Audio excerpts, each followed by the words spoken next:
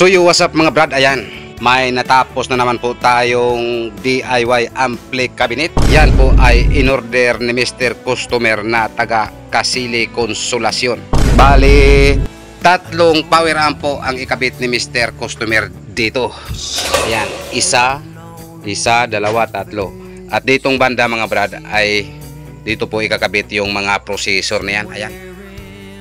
Back to back po ang cover nito mga brad. Ayan. Back to back po ang cover nito. Ayan po ang sa likod. At ito po ang takip sa itaas. Ayan. Napaka safety po to mga brad pag mayroong ganito. Ayan. Pwede dito ilagay ang mixer or controller or kahit ano po ang gusto ilagay sa may-ari. Ayan, yan po ang forma, yan po ang view niya mga brad. Ayan. Ito po ang gusto ni Mr. Customer. Gusto po niya palagyan ng handle sa gilid. Ayan. Ayan. Ikabit ko muna yung takip sa harap at sa likod mga brad. Yan, uunahin po natin yung sa harap. This is MCB Cebu Box Breaker. MCB.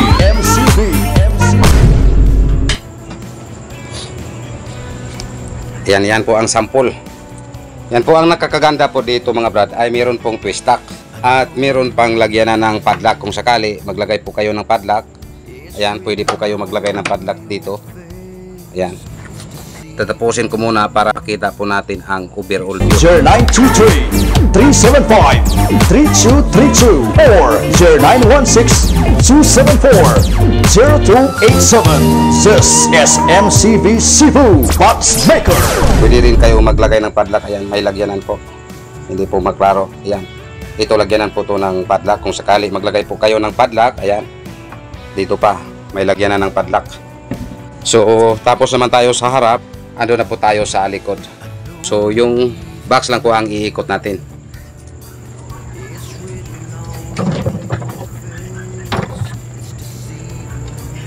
Yan po ang sa likod. Punasan muna natin.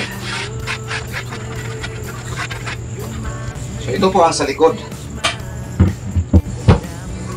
So ayan po mga brad, napakalinis po ang inyong mga kagamitan pag mayroong ganyan. So ngayon iikot natin para makita po ninyo ng maayos. So yan pong sa gilid. Yan merong twist lock. At dito merong twist lock din. So iikot pa natin. So yan sa harap. At dito sa kabilang gilid. Ayan.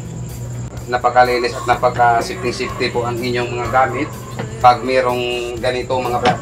Ibabalot na po ito namin mga brad kasi patungo na po dito ang mag-pick up nito. MCB Cebu Box Maker.